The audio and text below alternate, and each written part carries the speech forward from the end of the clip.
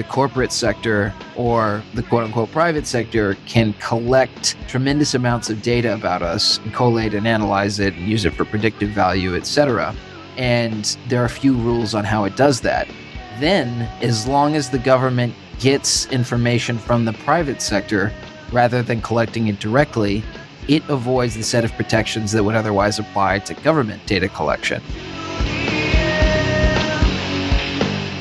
If you think about crypto, I think it's whack. I think it's not a cool party anymore. If it ever was, when you've got the cops and the bankers there, it's time to leave.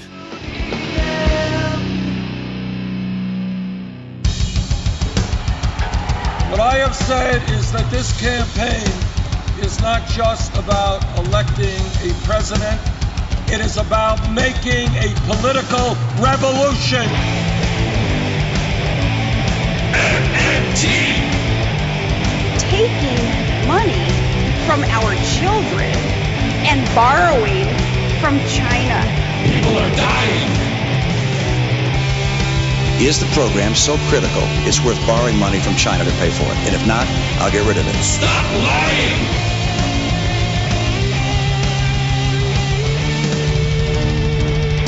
I want the truth!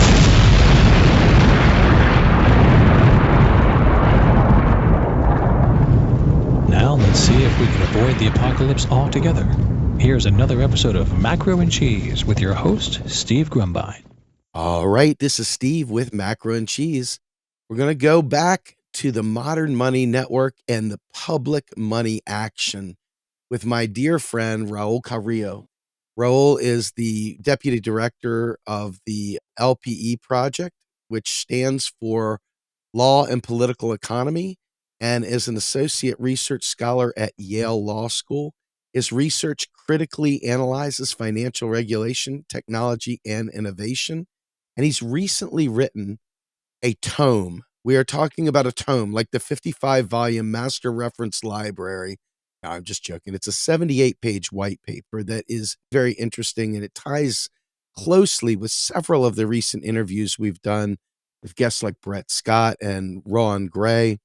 It's titled Seeing Through Money, Democracy, Data Governance, and the Digital Dollar. Now, in this particular paper, Raúl does not touch on necessarily the impacts within the modern monetary theory framework, but we'll be addressing that today as well. So without further ado, let me bring on my guests. Raúl, welcome back. It's been a while. Yes, thanks for having me again, Steve. It's been about 2 years by my count. Yeah. We did talk a little bit about financial technology last time, so I'm excited to return to that topic of conversation here. Absolutely. So my interviews with Brett Scott has really opened up a lot of interesting thought patterns as we watch a mediary get in between consumers and their banks, skimming additional data and skimming financial transactions to make money. There's so many ways they've got their fingers in the cookie jar, and the way Brett described it really made this issue come to life. We had Brett come on to do a RP Live and talk about his book, Cloud Money. And when I saw that you had written this, especially as it ties back to the digital dollar, I felt like this is a really important spot to start with because of the public money side of this and the fact that the state is now getting involved in this as well. So take us through, what was the rationale, what was the genesis of you writing this paper to begin with? So, Steve, I'm very glad that you had Brett on. He's a dear friend, certainly an ally in this battle in the war on cash. Brett's book, Cloud Money, I think does a tremendous job of explaining the technology that's in people's hands and starting, or at least incorporating, a user perspective. And that's really important to me. And that's why it's great that you had Brett, because that provides a situation and context for what's going on with respect to the future of money. And this paper is essentially an intervention in the discussion about that future. Along the way, it does a lot of analysis of the way that government agencies use financial technology today that has a link to a broader public money story and an MT story. So the intervention is occurring in the context of the digital dollar debate. I know you've had Rohan on before, and you may have discussed this a bit, but we are at a moment where governments or certain government institutions in the United States, the Treasury and the Fed, may have the option to send money from their own native computer systems directly to households, individuals, potentially businesses, non financial firms. This means cutting the banks out of the public plumbing process, essentially. It means getting rid of them potentially as intermediaries, as you mentioned, between the public and the state itself. This is pretty big in the United States. It's never happened before. It is something that is endemic to our current model. Randy Ray talks about how you don't really pay taxes. The bank charges your account and the bank pays taxes. That is something that could go by the wayside. The very mechanics of modern money are going to change with something like a digital dollar system. If we have the pandemic again and the government can send out cards just as they did last time, but this time directly to public bank accounts or to a public digital wallet or to a digital cash wallet or on a digital cash card, as I suggested, that really changes the way that we do public finance and the way that we instantiate public money in this country. And that intervention is important, I think, in terms of, as I argue, constructing a space where everyday folks, all of us, can make payments and do something as simple as pay for things without generating data that can conceivably be manipulated by powerful institutions. And I join Brett in that general battle for privacy at both the individual and social levels going forward.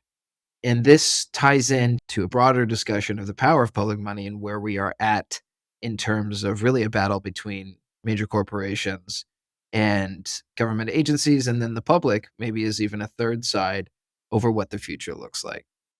One of the things that jumped out at me is this battle for privacy, as you stated. And it's very clear that there is a huge populist push, or what would amount to be a libertarian insurgency.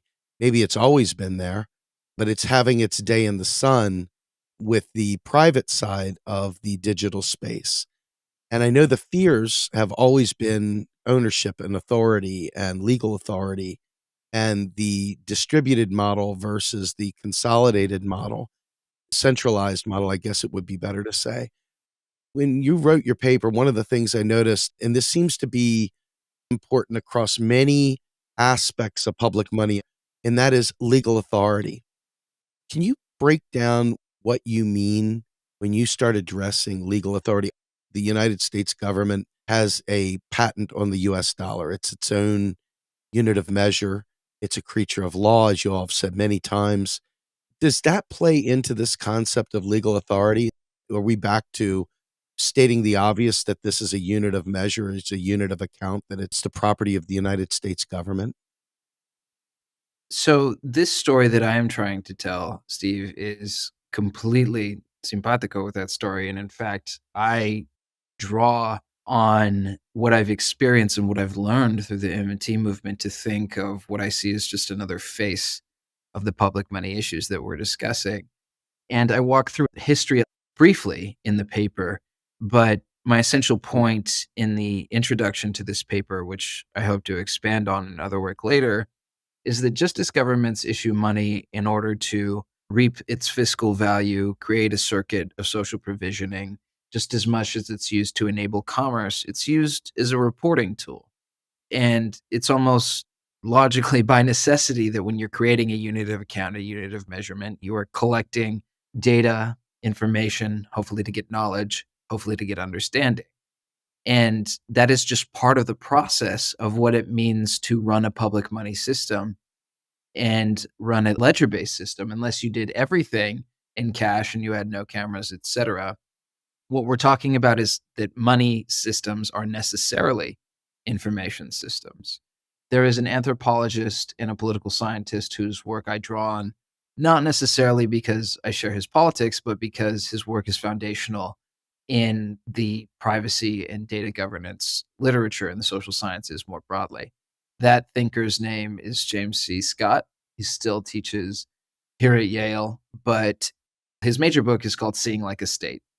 And what that talks about is the way that the state began to record information and collect data in order to build a complex modern economy.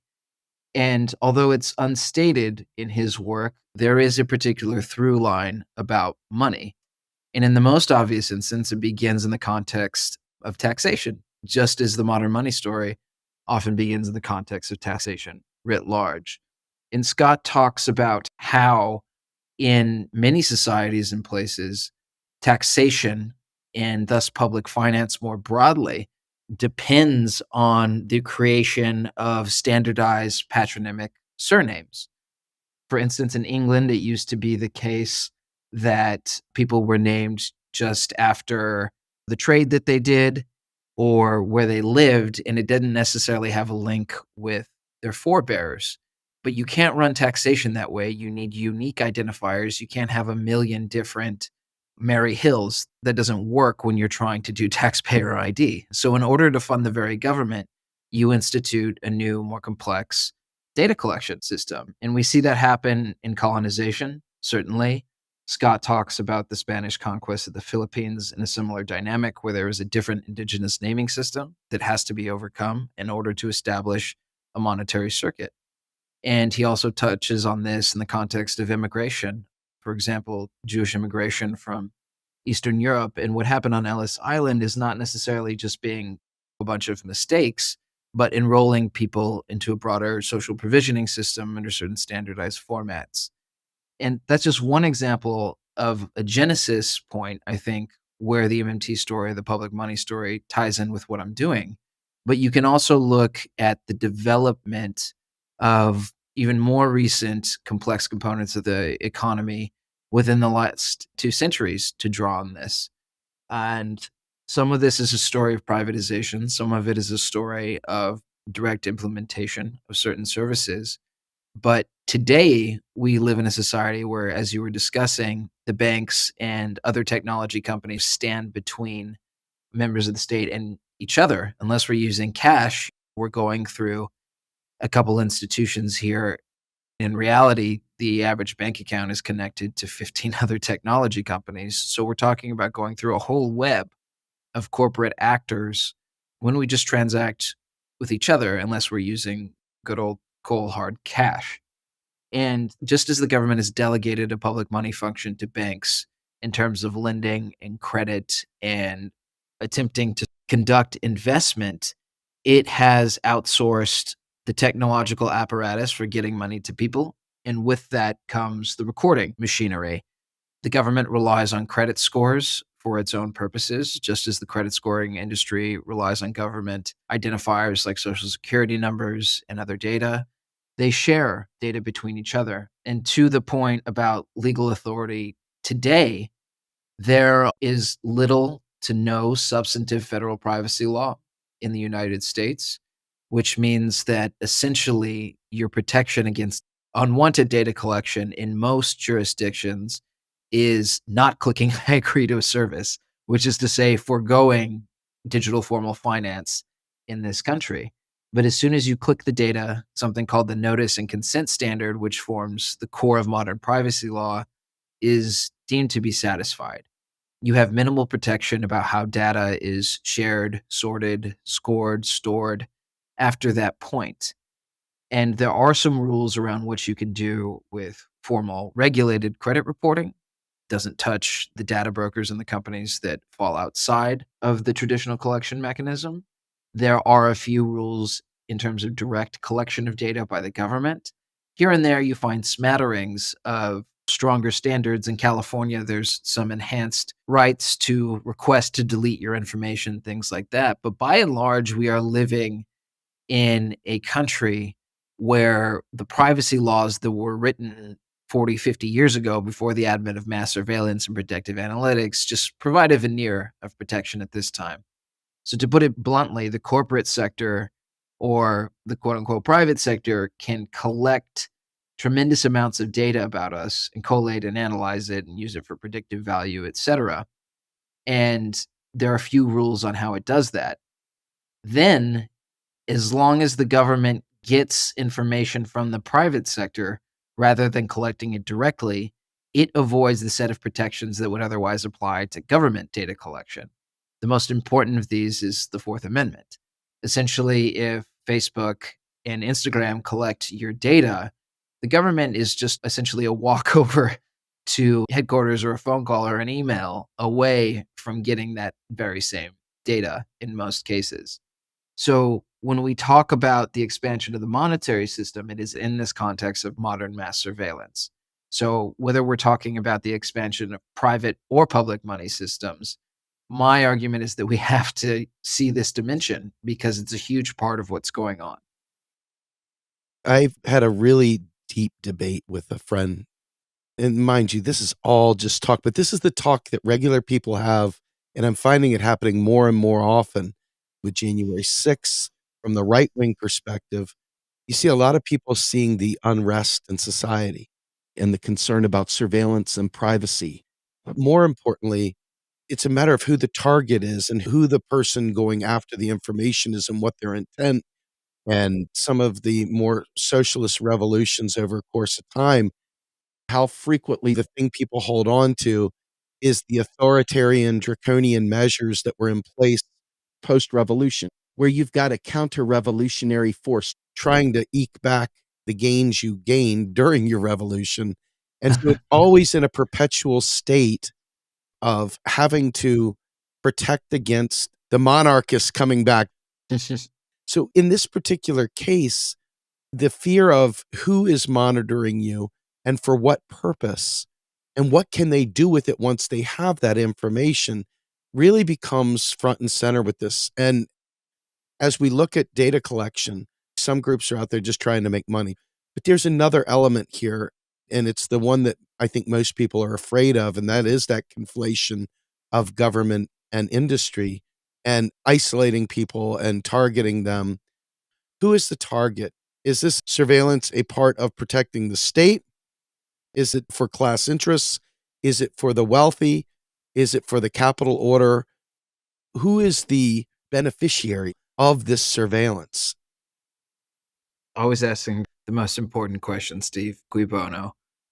So the answer is most of the powerful institutions in the United States benefit from this arrangement. Putting a pin in it, I think the qualification would be there that I don't think that this mass data collection model actually helps US law enforcement necessarily zoom in on the worst actors. But by and large, it is helpful for these companies to have access to payments and monetary data in particular, because payments data is already in a monetary form. That's what it is. It's a record of a transaction. And so, whereas clicking a like button on Facebook may give some predictive value about what you do, the payments data actually has a record of what you've done. It's not just what they think that you might do based on what you like. It's a much better record of what you actually do and what you actually spend money on. So for any big tech company, this is huge. And that's why Meta wanted to create its own currency system.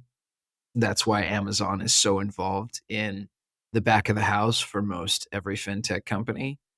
The big Silicon Valley companies, as well as the big banks, are interested in this data collection because ostensibly it helps them price things better, whether that's credit or another financial product. It helps them with targeted advertising. It helps in a much deeper way. It enriches their basic business model in the sense that they are drawing data not necessarily just to track people and not just to track individuals, but to paint a predictive picture of where consumers are going. Now, just as that data is attractive for those reasons to major Silicon Valley companies and to banks, it is also attractive to many public agencies. The payments data is particularly, again, granular. It's ubiquitous. It's necessary. It's everywhere. It's present in our interactions, again, with each other, with formal financial institutions, just out in retail, with anybody engaging in digital commerce. And we pay the government directly for some things, especially if you're on benefits or you have public health care, Medicaid, or whatever it may be. So This data, because of its omnipresence, because of its predictive value, is helpful to public agencies that are trying to, nominally at least, stop fraud. So, for instance, we're talking about swiping an EBT card and that data going to fraud alert systems to keep certain people under watch as to whether they're abusing, quote unquote, the benefit system or not. We're also talking about law enforcement. In a more quotidian way, we're talking about governments collecting data via private companies because they just are starved of funds and can't do it themselves, or they think they need to achieve a certain function and they're not capable of doing it themselves. So they will collect data throughout the system via private actors. Historically, that's been the credit bureaus. Now it's these giant data brokers that have been around for a couple decades now, if not more, but operate outside the regulated fair credit reporting system. And some of them may scrape data, some of them have agreements with corporations, but just to collect as much information as possible. And so, to a certain extent, it's not helpful to think about private data collection and public data collection. It is, and there are important nuances, but it's also just as important to zoom out and think, wow, this is one major apparatus that benefits powerful institutions across the board.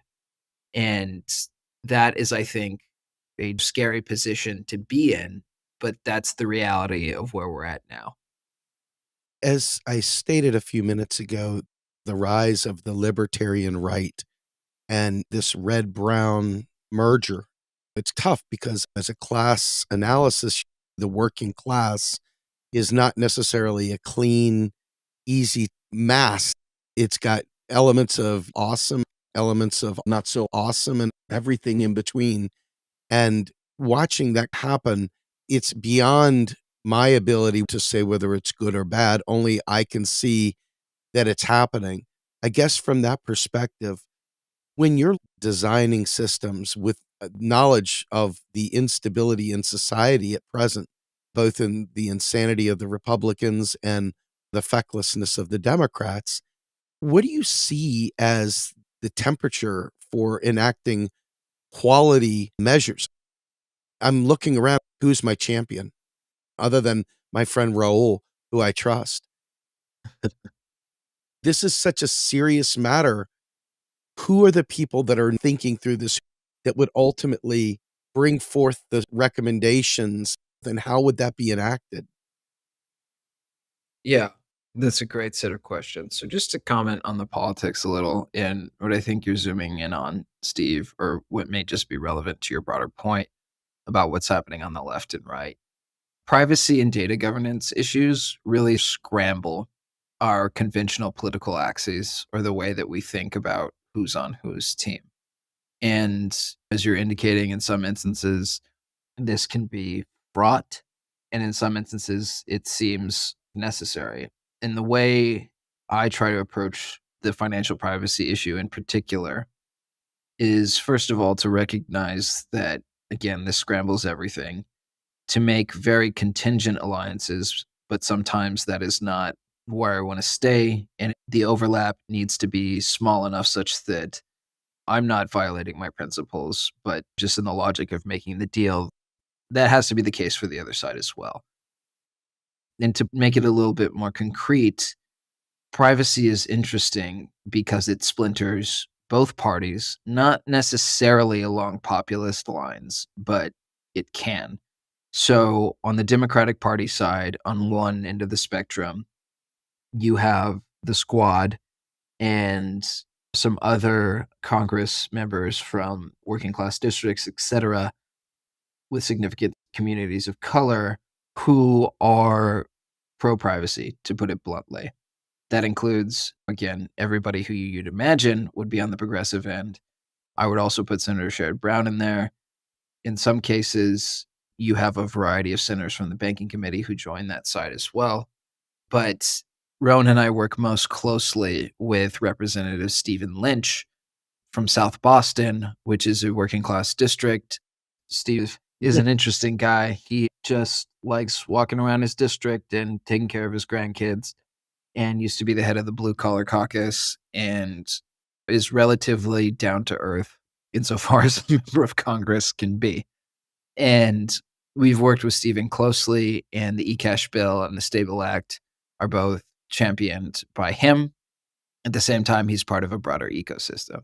So that's the Democratic side. On the Republican side, as I think you already know and have alluded to, there are many fissures with respect to the power of these digital technology companies and privacy and the role of the state, et cetera. On the one hand, it must be said that just as on the Democratic side, you have some people who just belong to Silicon Valley or belong to the fintech sector, or as we're learning through the Sam Bankman-Fried fiasco, just belong to crypto, so to speak. And that cuts across both sides of the aisle.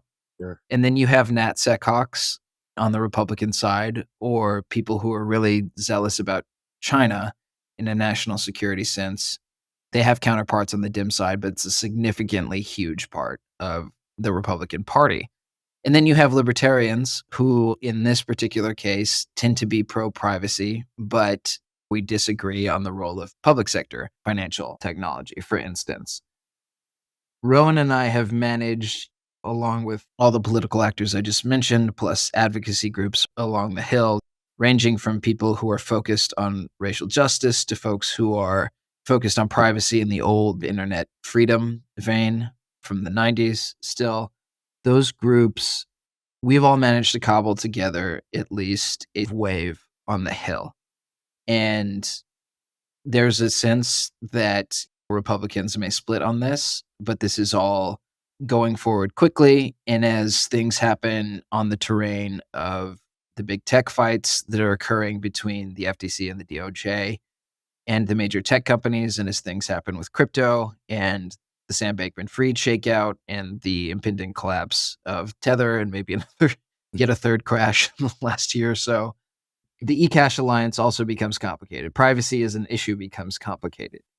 But what I would do in this situation is continue to look at the people who are pushing both privacy in the sense of data protection and sound data governance, I'd say more broadly, because we do need more than cash. I do believe in a public bank account system. We're going to have tiered access, trusted access to that data. But people who are pro-privacy, but nevertheless willing to build public sector technology.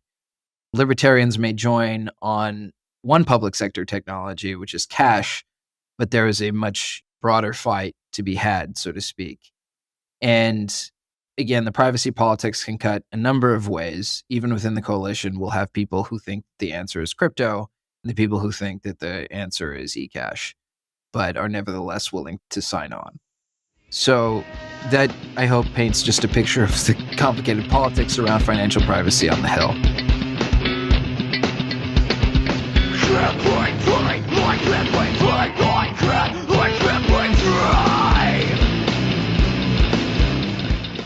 You are listening to Macro and Cheese, a podcast brought to you by Real Progressives, a nonprofit organization dedicated to teaching the masses about MMT, or modern monetary theory.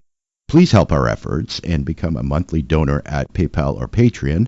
Like and follow our pages on Facebook and YouTube, and follow us on Periscope, Twitter, Twitch, Rockfin, and Instagram.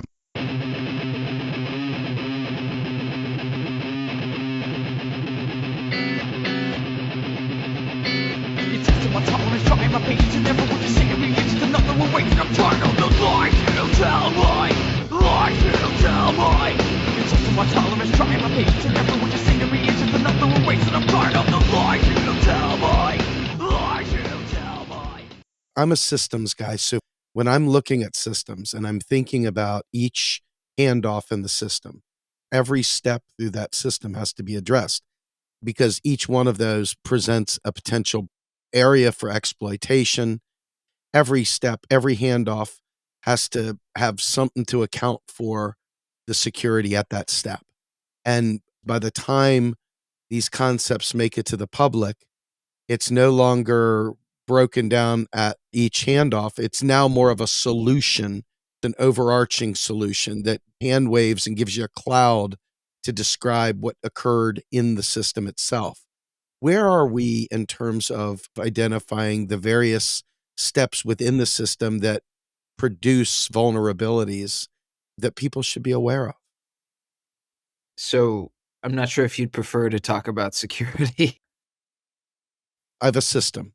And inside the system, it might be the banking system itself, within the Federal Reserve System, any number of places. But then you've got the actual physical devices, the eCash card originally, just used as an example, as an edge device that would be a recipient of these digital dollars. Each step to getting through that process, from the actual purchase to being able to save, where are we in terms of actually designing that system?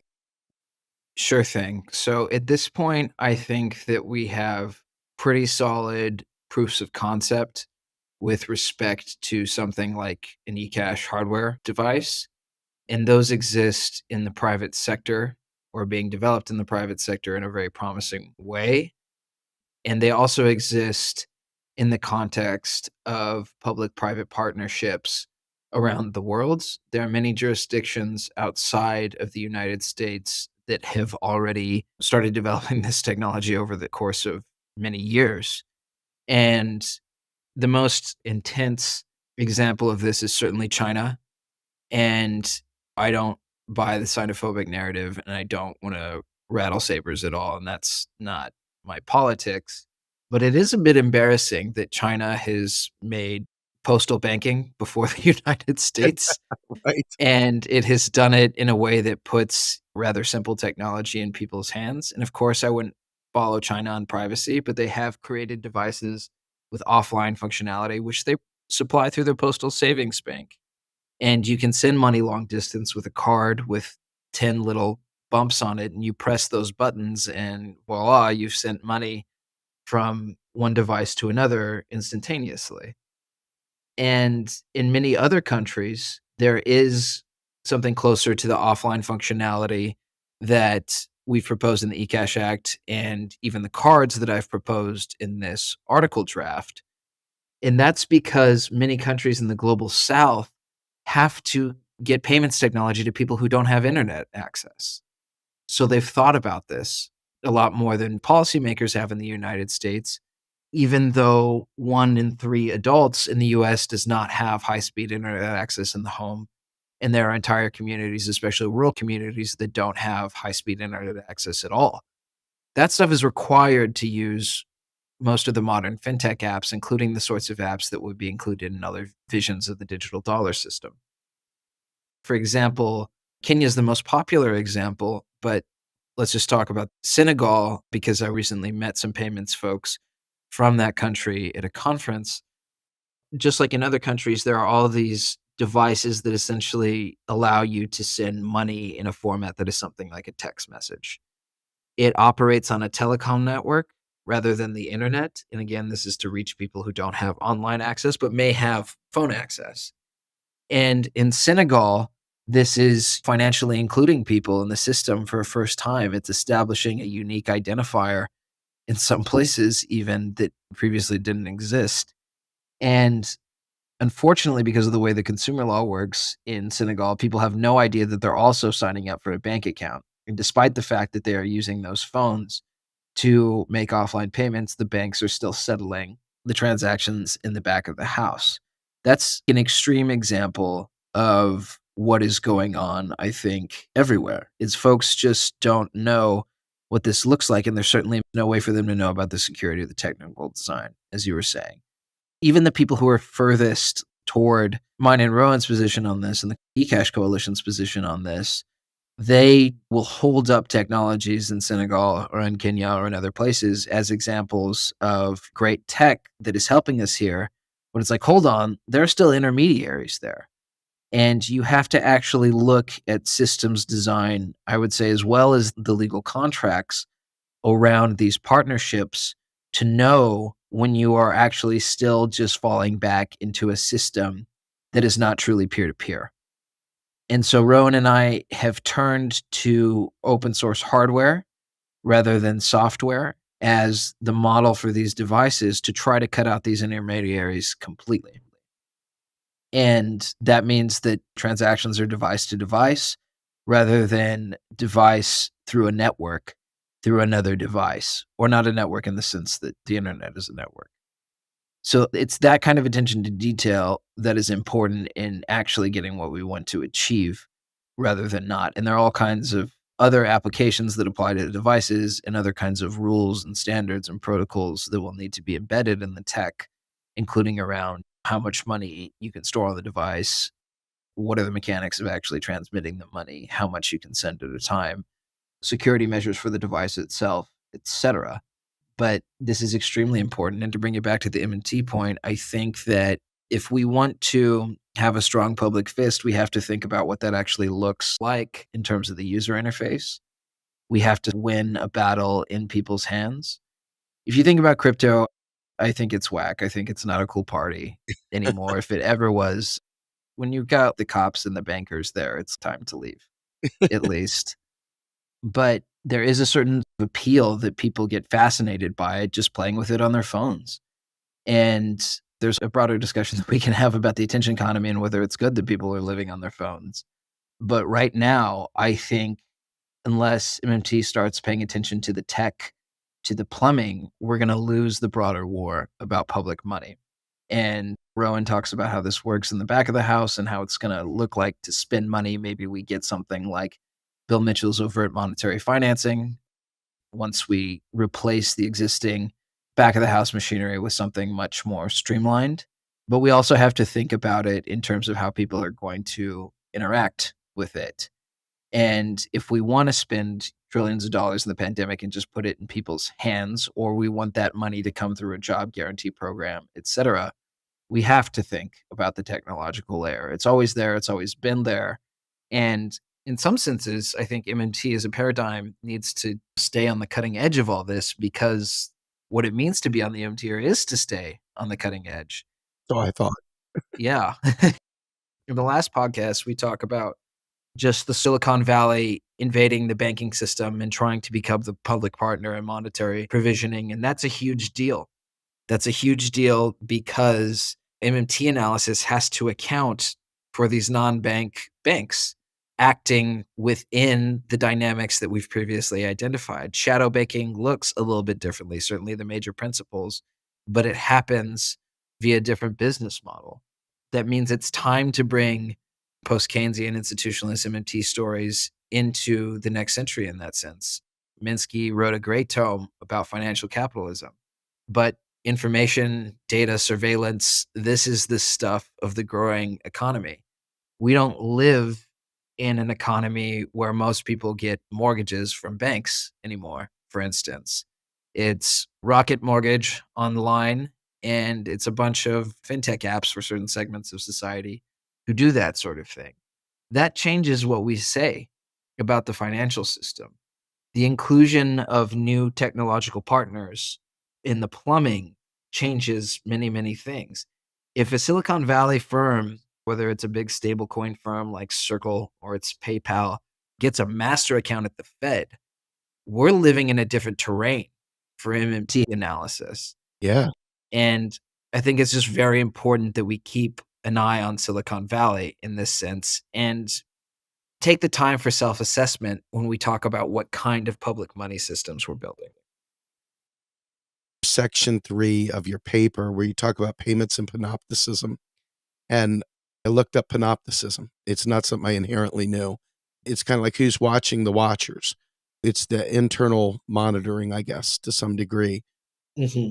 But what I'm concerned about, you identify some very important things: identity fraud, benefit disqualifications, criminal punishment, remittances, abortion payments, gate money.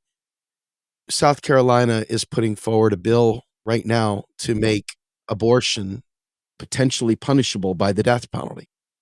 And that might be hyperbole. It may have no chance of passing, but just the idea that people are even talking about that post-Roe is of great concern. And if you look at what we did with Russia, by cutting them off from the SWIFT system and sanctions with Iran and other countries in South America, the United States has used its control over the monetary system and payment systems as a weapon. You see a great effort for creating a multipolar world as you watch Russia, China, and other groups desperately doing anything they can to get away from the US dollar.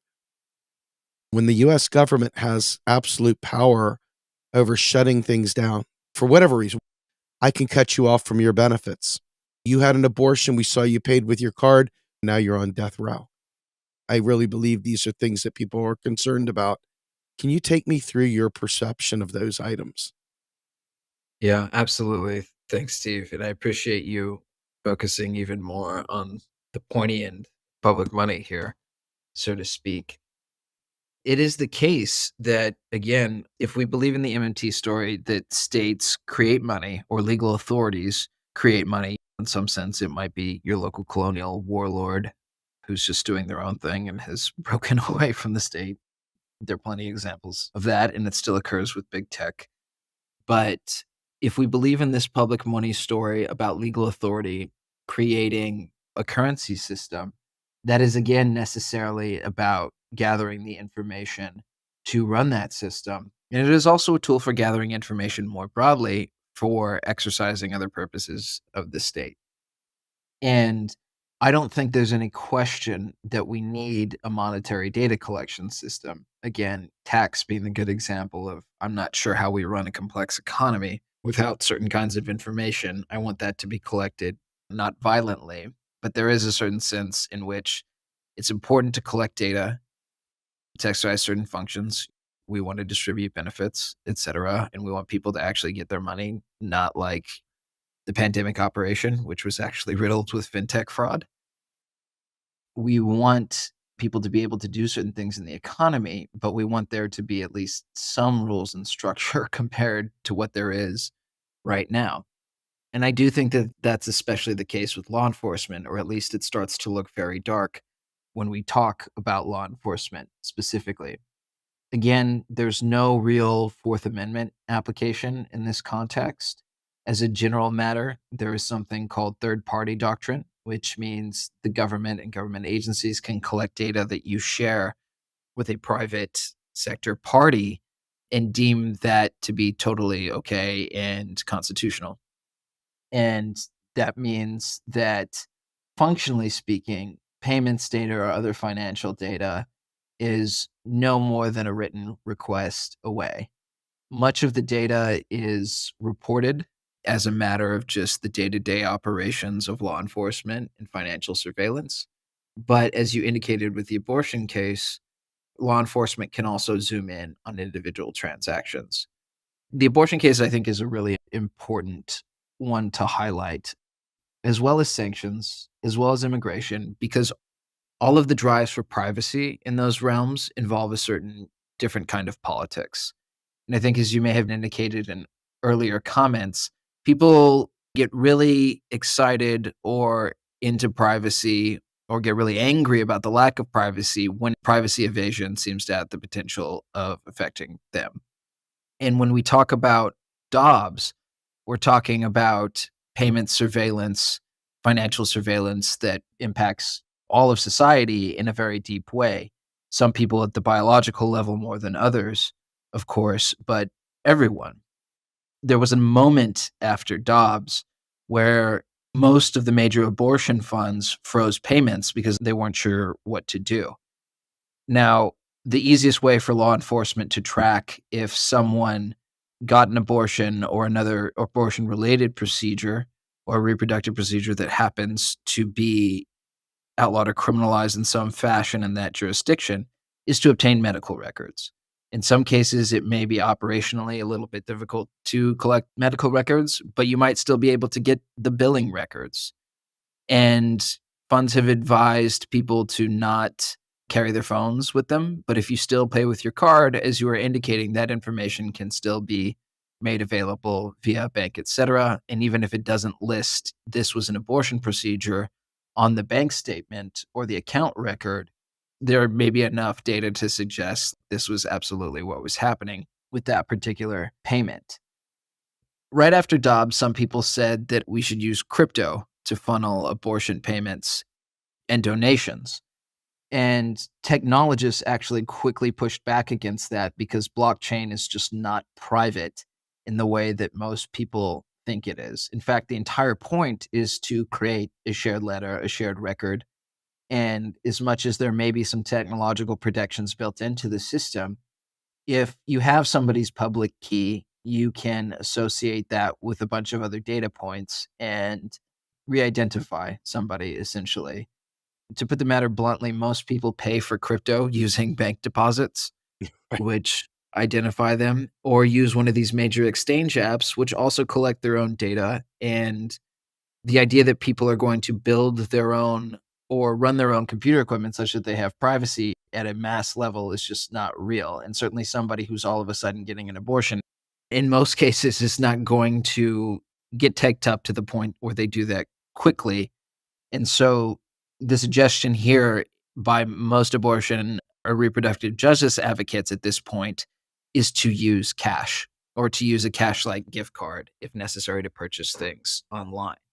This is an example of this all coming to a forefront. Now, financial surveillance is even more real in a particular way, whereas when Western Union transactions were being monitored, some people cared and some people didn't. Certainly, people have different thoughts about sanctions.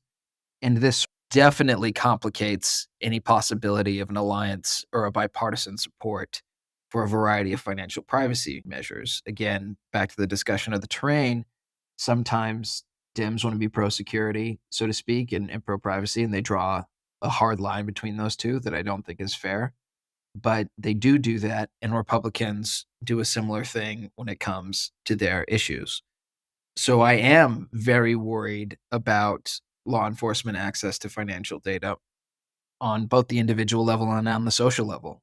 You can collect data about how people pay for transit to add to a heat map that the NYPD has. And in fact, that happens. Why would they just leave all that data there and not collect it and integrate it into their models? And anytime we make an individual decision about privacy, we're necessarily making a social decision or a decision about privacy that affects society more broadly, because the point is the data aggregation.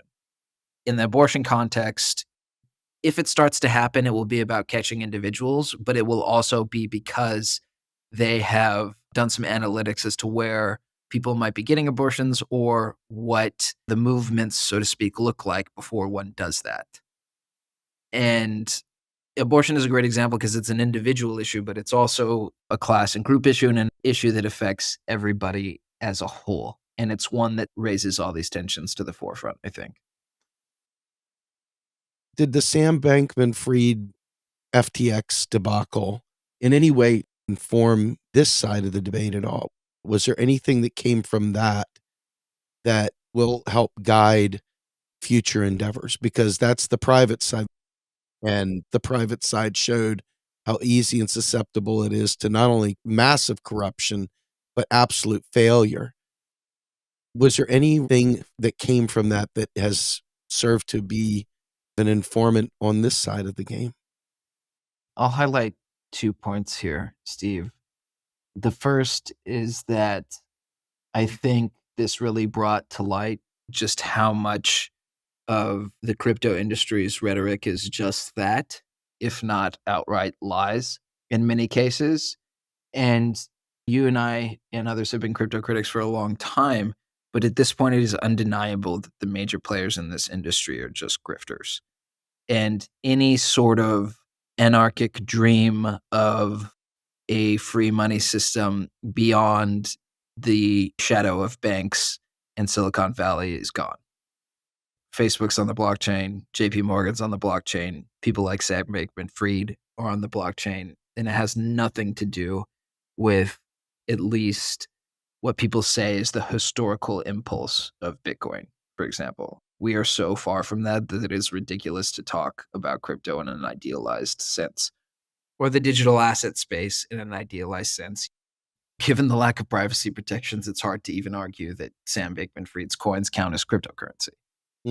We are mutated in a totally different thing. I think this again suggests that there is not just vaporware and nonsense, but extreme amounts of fraud, et cetera, going down in the system. And more importantly, that fraud is tied to Congress, to the political system. There are people on both sides of the aisle who took donations and carried water for Sam Bankman-Fried. And that includes people who are running under the banner of Justice Democrats for supporting the digital asset industry. And there's yolk on everybody's face. And there was in part a run to get bipartisan legislation because everyone was implicated, I think, or sizable segments of each political party were implicated. And so the political economy, I think, of crypto has been exposed for what it is, at least in the terms of the major industry. And I still hold respect for folks who are trying to do democratic blockchain enterprises and build things. I'm excited to see the results. But by and large, this industry is just absurd. Now, the second point I want to hit, though, is that this is an illustrative moment because we are learning how many policymakers want to adopt a law enforcement response to this that is very punitive on everybody versus how many want to use this as a moment to reconstruct regulation in the relationship between blockchain and fintech and the government and just the way that these firms operate. So I obviously do not think that Sam Bankman-Fried should be just chilling with mommy and daddy and out on his bail and receiving this ridiculous treatment. Again, the whole industry is rife with fraudsters and thieves.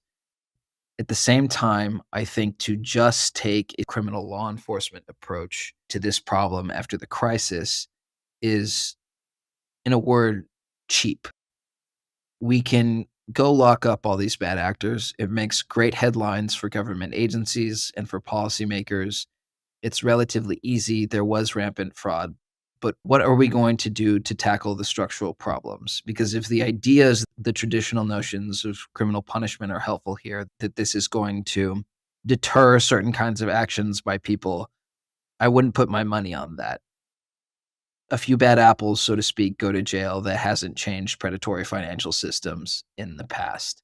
They might go through what is another crypto winter, et cetera, but they'll find more ways around the rules and they'll put a nice face on all of this.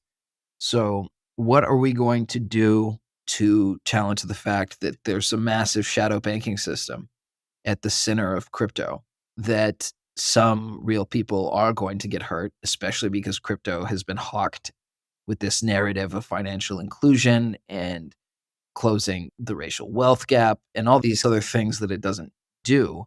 But what are we going to do to make sure that this doesn't happen again, that it doesn't blow up in people's faces, or even that it doesn't cause problems within the rest of the economy? And criminal law enforcement in and of itself is not financial regulation. So I think it's important to watch who is interested in actually solving the structural problem versus who just wants to be seen on the right side of this issue by the media, especially if they've taken money previously. Virtue signaling. Exactly. And in many cases, it's virtue signaling after we can see your campaign records. Right. My last conversation with Rohan was really fantastic. We did a number of interviews back to back on a couple different platforms. And one of the things that jumped out, and you've intimated this earlier, MMT had a moment where we were all one fist on the deficit math. We had the core MMT money story down, and we were one fist and we could strike a mighty blow. When it came to inflation, our fingers stopped making a fist, and we didn't really have the same unified, solid fist to approach that. It seems like we have even less of a fist as it comes to the future of money and the way money has begun to transform in this digital world. What does MMT have to do to retain a leadership cutting edge that you had called out earlier and to build that fist back up? How do we get our fist? So a lot of people are doing a lot of different things, to your point, and I don't want to speak certainly on behalf of a group that is larger than myself. Sure. The way I would characterize the way that things are around tech is that some folks are working on it directly, but the fist is the same fist. It's just not closed right now. It's open and there's not enough nerve connection between the fingers, etc. People aren't talking to each other. I know, for instance, There are economists out there who are looking at the balance sheets of major Silicon Valley firms who may have MMT training or at least be sympathetic to MMT. I need to know that stuff, and I have information that you need so that we can stay ahead. How much energy did MMT get from being ahead on the dot-com bubble? It's part of our story that what happened during the Clinton administration and subsequently was easily cognizable within MMT framework. So that's important on the scholastic side. Getting involved with tech people who are striking back against crypto or against the excesses of fintech more broadly is even more important. MMT has something to say here, even if you're not a big tech privacy person or not into it yet, in the sense that if we had a real functioning public money system, a lot of this stuff goes by the wayside. What is the point of Facebook's coin that travels quickly and is worth $1 and shows up in your digital wallet if there is eCash that does the same thing and it doesn't involve Facebook or a bank looking at your payments or charging fees eventually or using your data for targeted advertising or whatever it may be? There is a sense in which public money is a shield as well as a sword against this sort of activity. So there's this regulatory fight and then there's the building fight. Again, I think we want a public money system that is successful. And that again depends upon the user interface, which means that everybody should be involved. And even if you're not an activist or an organizer necessarily, figuring out what it is that people want and people like about these tech apps or these fintech apps, about crypto, et cetera, is a popular education process. And we also just need to socialize the idea that we could have a better future. Like public money could work this way too. A lot of the reason people use Venmo, for example, or even Western Union for that matter, is that there are few robust alternatives. You can do a money order at the post office, but it's still stuck in the analog age. That process is, for the most part, not caught up to the way things are working in the private sector. But with real public investment or public funding of public money R&D, we could live in a world where public finance, both high and low, was just much, much easier. But that requires an entire cultural effort. That requires just incorporating tech into what we are already doing. But I believe everyone within the movement can do a lot of work on this front because the field is honestly wide open. Thank you so much for that. It's a tough question, but when Rohan posed that, it really struck hard because the inflation story, there was just so many different versions. You had Mosler talking about interest payments, the prices government pays, and then you have others talking about collaring commodities and looking at these ubiquitous things like fuel prices going up, creating it, and then the supply chains. And you look at the price gouging and the fact that no one was willing to even address price controls. So we've got a bunch of things out there that have different angles to view them through. One of the beauties that I've always found with MMT is it takes the absolute most convoluted spaghetti diagram and turns it into a straight line. And one of my favorite tweets Stephanie's ever put out there was their way, and it was like the Gordian knot of squiggles, and then the MMT way, which was a red dot to another red dot in a straight line. It seems like we haven't developed our straight line here yet. Yeah, I don't think we quite have, but I think the straight line flows right through everything else we've done, just as we don't want banks to be heavily involved in the public provisioning process. And if they are involved, we want them to be involved in a very particular, safe way. At least, we want that. That's our aspiration. We have to pay just as much attention to Silicon Valley and then just start thinking about what it looks like to actually build a democratic public money system that operates on MMT principles. Very good. Raúl, thank you so much for joining me. We cannot let it be 2 years between interviews. I miss you too much. You're such a great guest. I appreciate you taking the time to be with me today. You got it, Steve. Thanks so much. No problem. This is Steve Grumbine with my guest, Raúl Carrillo. Raúl is the chairman of the board of Public Money Action and a good friend of this program's. We need your help. Please share these podcasts. Consider becoming a donor. And by all means, please continue to grow and learn, because our future depends on each one of us. And with that, Steve Grumba with Macro and Cheese, and we are out of here.